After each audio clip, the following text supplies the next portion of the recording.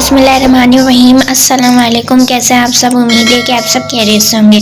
तो आज हम अपनी नया यूनिट शुरू करने जा रहे हैं जो है यूनिट 19 और जिसका नाम है मैट्राइसिस एंड डिटर्मिनेंट्स। ठीक है, तो आज हम इस यूनिट के सवाल नहीं करेंगे क्योंकि सबसे पहले हम ये समझेंगे कि मैट्राइसिस होता क्या है, इसकी कितनी किस्में होती हैं, और फिर हमारे जो है अगर हम आज अगर हम ये मैट्राइसिस समझ जाएं और इस मैट्राइसिस की टाइप्स समझ जाएं तो हमारे लिए आसानी हो जाएगी और इसके सवाल करने में। ठीक है, और इसके अगर टाइप समझ जाएं क्योंकि उन सवालों में इसकी टाइप्स ही लगेंगी। कुछ ऐसे सवाल हैं जो हमारा इस एक्सरसाइज के हैं, ठीक है, जो शुरू में आ रहे हैं।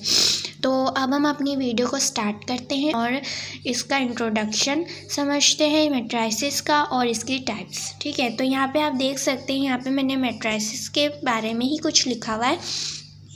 तो सबसे पहले हम इसकी जो है डेफिनेशन बाद में समझते हैं। सबसे पहले हम इसकी थोड़ी हिस्ट्री पढ़ लेते हैं कि मैट्राइसिस किसने ईजाद किया, किसने डिस्कवर किया। ठीक है, तो यहाँ पे आपको कुछ दिख रहा होगा कि matrices, the idea and applications of array matrices were brought to Europe in 1545 by an Italian mathematician named Girolamo Cardano, who then published it into his Ars Magna।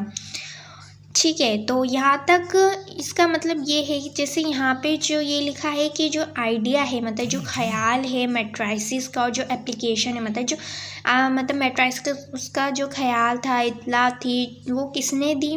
एक यूरोप में है मैथमेटिशियन, इटालियन मैथमेटिशियन है Europe में। 1545 में Europe में एक Italian mathematician थे जिसका नाम था गिरोलेमो कार्डेनो। ठीक है, इनके ज़रिए इनका ख्याल आया था इनके दिमाग में, इन्होंने ये ख्याल दिया था, इन्होंने ये इत्तला दी थी यूरोप में।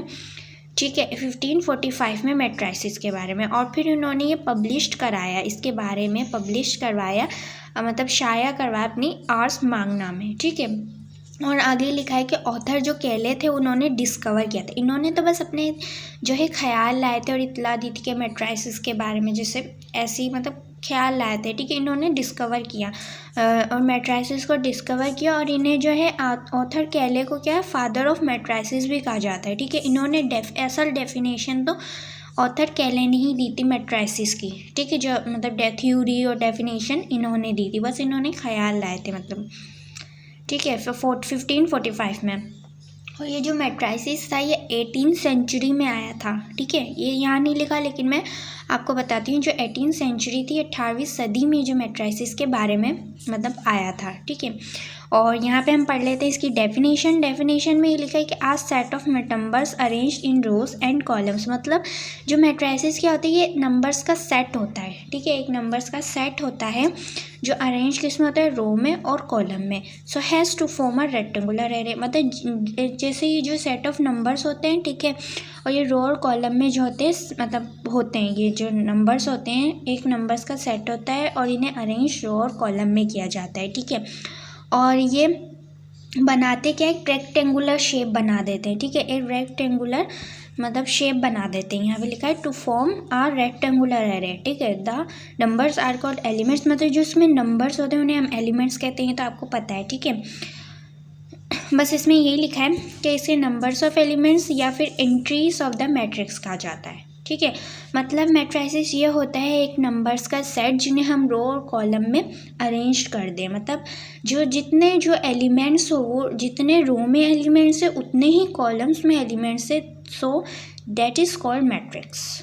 ओके, इसको हम कहेंगे मैट्रिक्स। ठीक है, जितने एलिमेंट्स रो में हैं उतने ही एलिमेंट्स कॉलम में हो तो उसे कहेंगे मैट्राइसिस। भले रो इसमें रो ज़्यादा भी हो सकते हैं, कॉलम ज़्यादा हो सकते हैं, लेकिन एलिमेंट ज़्यादा नहीं होने चाहिए। एलिमेंट जितने रो में उतने ही कॉलम में होने चाहिए, तो हम इसको जब कहेंगे कि ये मैट्रिक्स है। ठीक है, तो यहाँ तक आपको बात समझ आ गई होगी कि इसकी हिस्ट्री क्या है और ये किसे कहता है, मैट्रिक्स। ठीक है, तो अब हम इसकी टाइप्स समझते हैं कि इसकी टाइप्स कौन कौन सी होती हैं। अब हम टाइप्स ऑफ मैट्राइसिस समझते हैं कि मैट्राइसिस की कितनी टाइप्स होती हैं। ठीक है, तो यहाँ पे आपको रो मैट्रिक्स दिख रहा होगा। यहाँ पे मैं स्क्वायर लिखने वाली थी, लेकिन सबसे पहले हम रो समझ लेते हैं। ठीक है, और इसको समझने से पहले यहाँ पे आप देख रहे होंगे, यहाँ पे मैंने लिखा है order of matrices row into column. जैसे यहाँ पे हमारे पास कोई भी मैट्राइसिस है, ठीक है, A B C D E और F, ठीक है। ये हमारे पास जैसे एक मैट्राइसिस है, ठीक है।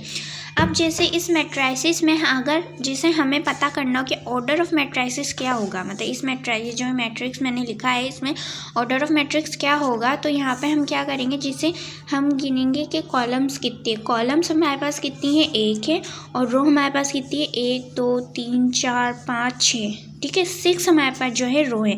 तो यहाँ पे हम कैसे लिखेंगे, यहाँ पे हम लिख देंगे 6 × 1, मतलब हमारे पास जो ऑर्डर ऑफ मैट्राइसिस है वो 6/1 है, ठीक है। ऑर्डर ऑफ मैट्राइसिस इसे कहते हैं, मतलब 6/1, मतलब जितने कॉलम है उसको लिख दो और जितने रो है उसको लिख दे। लेकिन इसमें ये होता है कि हम सबसे पहले कॉलम रो ही लिखते हैं, ठीक है। यहाँ पे हम सबसे पहले रो ही लिखते हैं, रो का ही सबसे पहले नंबर आता है, उसके बाद कॉलम आता है, ठीक है। भले ही यहाँ कॉलम लिखा हो लेकिन यहाँ पे हम सबसे पहले रो ही लिखेंगे, मतलब जो नंबर्स होते हैं, ठीक है। तो यहाँ पे आपको समझ आ गया ऑर्डर ऑफ मैट्राइसिस। अब हम इसके टाइप्स की तरफ चलते हैं। यहाँ पे लिखा हुआ है मैंने रो मैट्राइसिस। अब यहाँ पे ये रो मैट्राइसिस क्या होते हैं, जैसे यहाँ पे हमारे पास एक कोई मैट्राइसिस है A B C D D, ठीक है।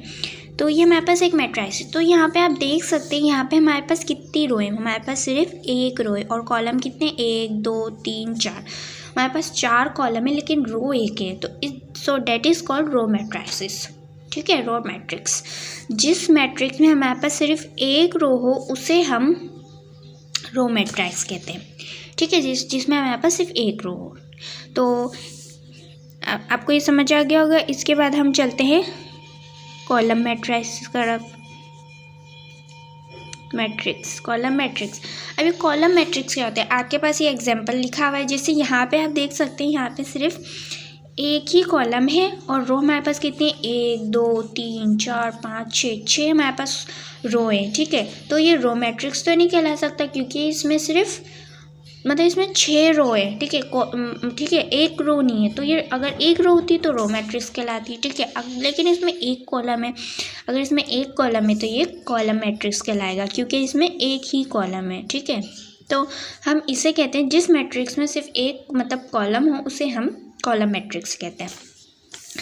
सो अब हम नेक्स्ट टाइप समझते हैं।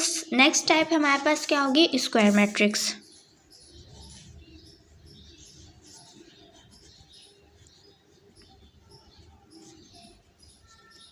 तो हमारे पास स्क्वायर मैट्रिक्स क्या होती है, जैसे यहाँ पे हमारे पास एक ना मैट्रिक्स लिख देते हैं हम, जैसे यहाँ पे हम लिख देते हैं AB और यहाँ पे लिख देते हैं CD, ठीक है। ये हमारे पास एक मैट्रिक्स है। तो ये जो जैसे आप यहाँ देख सकते हैं यहाँ पे जो रो है वो 2 है, ठीक है, और यहाँ पे जो कॉलम है वो भी 2 है। तो इसको हम कहेंगे स्क्वायर मैट्रिक्स, मतलब जिसके रो और कॉलम जहाँ पे जैसे यहाँ पे जो नंबर ऑफ रोज हैं वो इक्वल टू हो नंबर ऑफ कॉलम के, ठीक है। नंबर ऑफ जो रोज हों वो बराबर हों नंबर ऑफ कॉलम के, तो इसे हम कहेंगे स्क्वायर मैट्रिक्स, ठीक है। तो अब यहाँ पे जैसे एक और बात आ जाती है, यहाँ पे एक और टाइप है जिसे हम कहते हैं रेक्टेंगुलर मैट्रिक्स। रेक्टेंगुलर मैट्रिक्स बस स्क्वायर मैट्रिक्स के उलट होता है। कैसे, जैसे यहाँ पे मैं लिख देती हूँ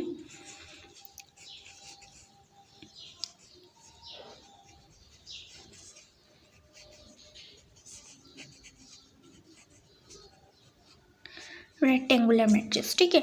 अब जो स्क्वायर मैट्रिक्स है इसमें ये होता है कि जो नंबर ऑफ रोज और नंबर ऑफ कॉलम है वो बराबर होने चाहिए, ठीक है। रेक्टेंगुलर मैट्रिक्स में इसका आप उलट कर देंगे, जो नंबर ऑफ रोज हों वो नॉट इक्वल टू हो नंबर ऑफ कॉलम के, तो इसे हम कह देंगे रेक्टेंगुलर मैट्रिक्स। जैसे यहाँ पे हमारे पास जैसे एक हम कॉलम बना ले, जैसे यहाँ पे हमारे पास कितने बन रहे हैं, ठीक है, सॉरी, ठीक है, ये हमें ऐसी कोई हमने बना लिया, ठीक है। चलिए मैं आपको यहाँ पे बना के सही से दिखा देती हूँ। जैसे यहाँ पे हमने लिख दिया ABC, यहाँ पे D, ठीक है। अब यहाँ पे आप देख सकते हैं यहाँ पे हमारे पास जो रो है वो तो 2 है, ठीक है, लेकिन हमारे पास कॉलम है वो 3 है, ठीक है। तो यहाँ पे जो नंबर ऑफ रोज और कॉलम है वो इक्वल नहीं है, तो हम जो है इस मैट्रिक्स को कहेंगे रेक्टेंगुलर मैट्रिक्स क्योंकि इसके जो नंबर ऑफ रोज और कॉलम है वो इक्वल नहीं है, ठीक है। तो अब हम अपना 5वीं इसकी टाइप्स पढ़ते हैं। तो अब हम पांचवी टाइप समझते हैं। मैंने यहाँ पे लिखा हुआ है डायगोनल मैट्रिक्स, और इसकी दो टाइप्स होती है, स्केलर और यूनिट। ठीक है, तो सबसे पहले ये समझ लें कि डायगोनल क्या होता है। डायगोनल ये होता है जैसे यहाँ पे मैं एक स्क्वायर बना देती हूँ। ठीक है, अब जैसे यहाँ पे मैं एक लाइन लगा देती हूँ, तो इसे हम क्या कहेंगे, जो आप लाइन देख रहे हैं इसे हम डायगोनल कहेंगे। कि जैसे कोई भी लाइन रेक्टेंगुलर के मिडल में से बाइसेक्ट करे, ठीक है, तो उसे हम डायगोनल कहते हैं। ठीक है, तो यहाँ पे हम ये समझ लेते हैं कि डायगोनल मैट्रिक्स क्या होता है। तो डायगोनल मैट्रिक्स ये होता है, जैसे यहाँ पे मैं लिख देती हूँ। ठीक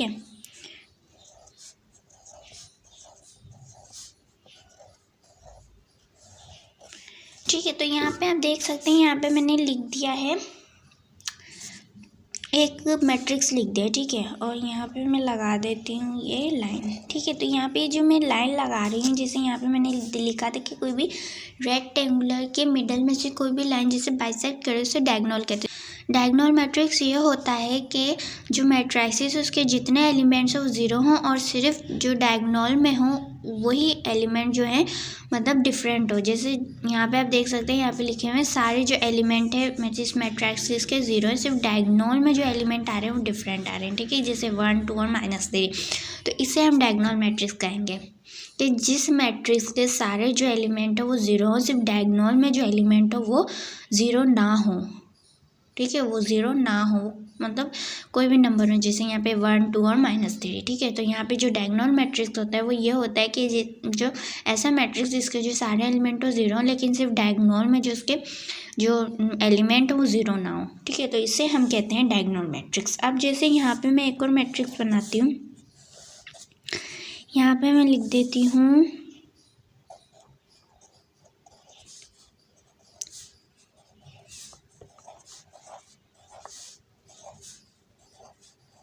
ठीक है, तो यहाँ पे मैंने एक मैट्रिक्स बना दिया सॉरी। ठीक है, तो यहाँ पे मैंने डायगोनल बना दिया। ठीक है, एक लाइन बना दी। अब जैसे यहाँ पे ये जो मतलब मैट्रिक्स कहलाएगा, ये स्केलर मैट्रिक्स कहलाएगा। कैसे, जैसे यहाँ पे ऐसा मैट्रिक्स जिसके जो सारे एलिमेंट ज़ीरो हों और उसका जो डायगोनल के एलिमेंट हो वो सेम हो। ठीक है, जो डायगोनल के एलिमेंट हो वो सेम हो, उसे हम स्केलर मैट्रिक्स कहेंगे। जैसे यहाँ पे आप देख सकते हैं, यहाँ पे 3 मतलब सेम है। अगर 3 की जगह हम कोई और लिखते हैं, जैसे यहाँ पे A लिख दें, यहाँ पे A लिख दें, यहाँ पे A, या फिर 4, यहाँ पे 4, यहाँ पे 4, मतलब इसके जो एलिमेंट हो वो सेम हो। ऐसा मैट्रिक्स जिसके सारे एलिमेंट ज़ीरो हों लेकिन सिर्फ डायगोनल में जो एलिमेंट हो वो सेम हो। ठीक है, तो इसे हम कहेंगे स्केलर मैट्रिक्स। अब यहाँ पे तो इसकी दूसरी टाइप आती है यूनिट का मतलब आप जानते हैं कि 1 होते हैं। तो यहाँ पे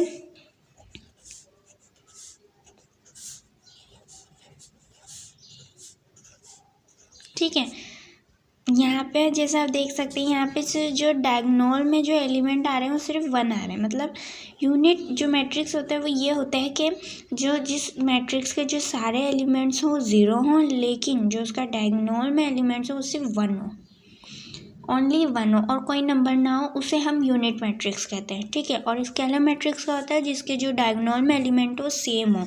ठीक है, और डायगोनल मैट्रिक्स क्या होता है कि जिसके सारे एलिमेंट ज़ीरो हों लेकिन जो उसका डायगोनल हो वो ज़ीरो ना हो, कोई भी नंबर हो। ठीक है, तो ये हो गया हमारा डायगोनल मैट्रिक्स और इसकी टाइप्स। तो इसके बाद हमारे पास आ जाता है ज़ीरो और नल मैट्रिक्स। इसका एक ही नाम है, ज़ीरो और नल हम इसे कहते हैं। यहाँ पे मैट्रिक्स क्या कहलाता है, जैसे यहाँ पे मैं एक मैट्रिक्स बना देती हूँ। जैसे यहाँ पे मैंने एक मैट्रिक्स बनाया जिसके जो सारे एलिमेंट है ज़ीरो है, तो हम इसको कहेंगे कि ज़ीरो मैट्रिक्स। ठीक है, या नल मैट्रिक्स। ठीक है, ऐसा मैट्रिक्स जिसके जो सारे एलिमेंट हो ज़ीरो, उसे हम ज़ीरो या नल मैट्रिक्स कहते हैं। ठीक है, तो यहाँ पे ज़ीरो नल मैट्रिक्स आ गया। अब इसके बाद हम समझते हैं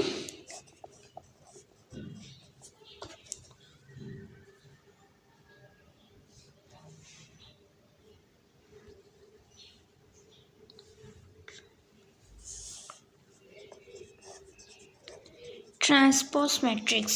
ठीक है, तो यहाँ पे जो ट्रांसपोज मैट्रिक्स क्या होता है, ट्रांसपोज मैट्रिक्स की जो है दो टाइप होती है, ठीक है। उसे हम सिमेट्रिक और स्क्यू सिमेट्रिक कहते हैं। सबसे पहले हम ट्रांसपोज समझ लेते हैं। ट्रांसपोज क्या होता है, जैसे यहाँ पे मेरे पास एक मैट्रिक्स है, वो ये है कि 1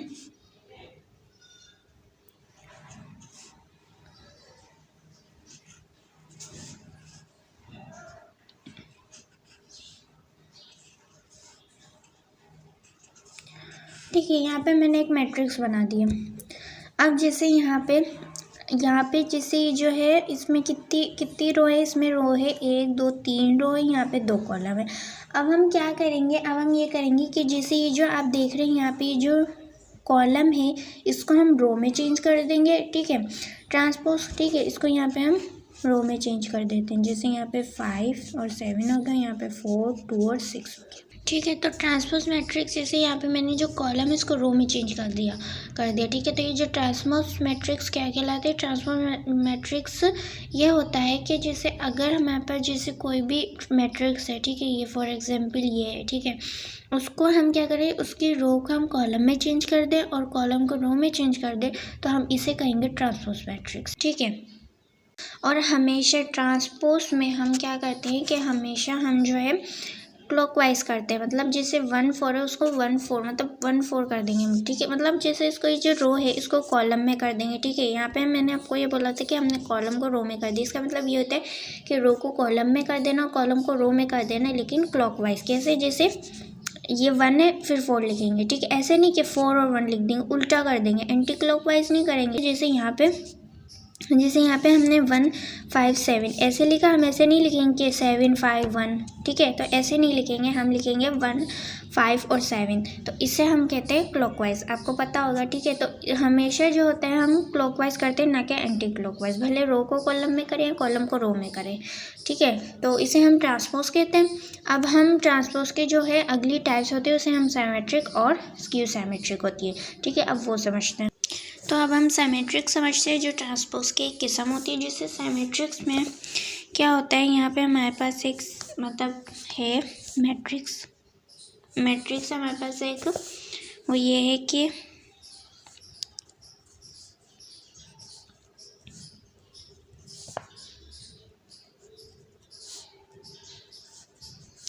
ठीक है। तो यहाँ पे हमारे पास ये मैट्रिक्स है, ठीक है। तो इस मैट्रिक्स में जैसे सिमेट्रिक में हम क्या करते हैं, जैसे यहाँ पे सिमेट्रिक का मतलब ये होता है कि जैसे यहाँ पे हम क्या करते हैं, हम जो रो है उसको कॉलम में ले आते हैं 1 2 17, ठीक है।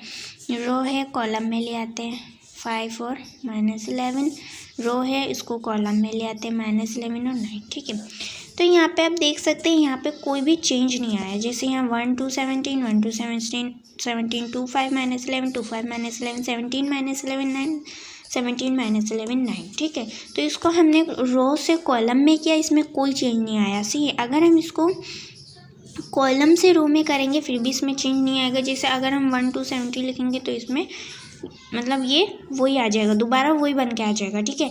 मतलब जैसे सिमेट्रिक का मतलब ये होता है कि अगर आप जैसे रो से कॉलम में चेंज करें, कॉलम से रो में चेंज करें, उसका जो मतलब आंसर हो वो दोबारा मतलब जो है वो मैट्रिक्स पहले वाला मैट्रिक्स दोबारा ही वही उठ के आ जाए, तो उसका मतलब होता है सिमेट्रिक। मतलब जो हमारे पास जो पहला मैट्रिक्स था, जब हमने इसको मतलब रो से कॉलम में चेंज किया, कॉलम से रो में चेंज किया, तो इसका जो है वही मैट्रिक्स हमारे पास दोबारा आ गया जो हमारे पास पहले मैट्रिक्स था, ठीक है। तो सिमेट्रिक का मतलब ये होता है कि अगर हम किसी भी मैट्रिक्स को रो से कॉलम या कॉलम में चेंज करें और उसका जो है मतलब जो है वो बदले ना, ठीक है, जैसा पहला मैट्रिक्स था वैसे ही वो उठ के आ जाए, तो उसका मतलब होता है सिमेट्रिक, ठीक है।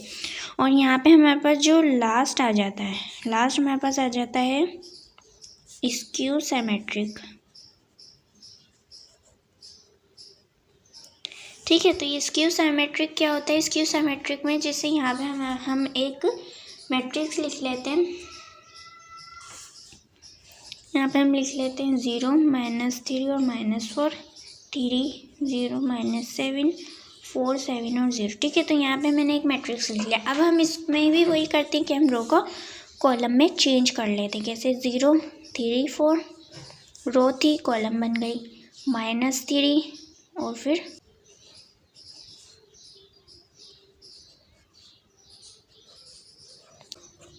ठीक है। तो यहाँ पे हमने क्या किया, हमने रो से कॉलम में चेंज कर दिया। अब यहाँ पे आप देख सकते हैं यहाँ पे चेंज आ रहा है, मतलब नंबर्स तो हुए लेकिन साइन अलग है। कैसे, यहाँ पे था यहाँ पे जैसे यहाँ पे 0 + 3 + 4 था, यहाँ पे आगे 0 -3 -4। तो स्क्यू सिमेट्रिक यही होता है कि आपका जो मैट्रिसेस है अगर उसको आप चेंज करो रो से कॉलम या कॉलम से रोज का ट्रांसपोज करो, तो उसका जो मतलब आंसर आए वो उसके जो एलिमेंट्स तो सेम हो लेकिन उसके जो साइन वो चेंज हो जाए, उसे हम स्क्यू सिमेट्रिक कहते हैं। ठीक है, स्क्यू सिमेट्रिक में क्या होता है कि अगर आप किसी मैट्रिक्स का ट्रांसपोज करो तो उसके जो आंसर उसके एलिमेंट्स तो सेम हो लेकिन साइन चेंज हो। जैसे यहाँ पे आप देख सकते हैं यहाँ पे 0 + 3 + 4, यहाँ पे -3 -4 हो गया। ठीक है, और यहाँ -3 था और 0 7 था, यहाँ पे +3 हो गया, 0 हो गया, यहाँ पे +7 था, यहाँ -7 हो गया। प्लस का 4 था, माइनस का 4 था, प्लस का 4 हो गया, यहाँ पे -7 था, यहाँ +7 हो गया, 0 ही है। ठीक है, तो यहाँ पे स्क्यू सिमेट्रिक ये होता है कि अगर आप किसी मैट्रिक्स का ट्रांसपोज करो तो उसका जो आंसर है वो उसके जो एलिमेंट है वो तो सेम हो लेकिन उसके जो साइन है वो चेंज हो जाए, इसे हम स्क्यू सिमेट्रिक्स कहते हैं। ठीक है, तो यहाँ पे हमारी जो मतलब ठीक है, तो यहाँ पे जो हमारी मैट्रिसेस की टाइप्स थी वो कंप्लीट हो चुकी हैं। ये हमारी थी मैट्रिसेस की टाइप्स और ये हमारी लास्ट टाइप थी स्क्यू सिमेट्रिक। आई होप आपको ये समझ आएगी और आपको जितने भी मैंने समझाई हैं और पीछे वो भी आपको समझ आएंगे, और उसकी डेफिनेशन और उसकी हिस्ट्री आई होप आपको उम्मीद है कि आपको समझ आई होगी। तो ये थी आज की हमारी वीडियो जिसमें हमने यूनिट 19 शुरू किया था। उसकी एक्सरसाइज तो हमने नहीं की लेकिन उसके बारे में हमने थोड़ा इंट्रोडक्शन लिया था, उसकी टाइप्स के बारे में समझा था। ठीक है, और उसकी जो मतलब इंट्रोडक्शन था उसमें हिस्ट्री भी थी मैट्रिसेस की कि उसका ख्याल कौन लाया, कि कौन सी मतलब एयर में आया था और कौन किसके दिमाग में मतलब कौन इस आइडिया को लेके आया था, क्या नाम था उसका, नाम था गिरोलेमो कार्डेनो। ठीक है, और इसको डिस्कवर किसने किया था, ऑथर केले ने। तो ये सब आज हमने समझा, इसकी इंट्रोडक्शन और टाइप समझी। ठीक है, और मैट्रिसेस की डेफिनेशन क्या होती है वो आज हमने समझी, और इसकी जो हमने टाइप समझी थी वो 9 थी। और उम्मीद है कि आपको सारी टाइप्स, इसकी हिस्ट्री और जो है डेफिनेशन समझ आई होगी।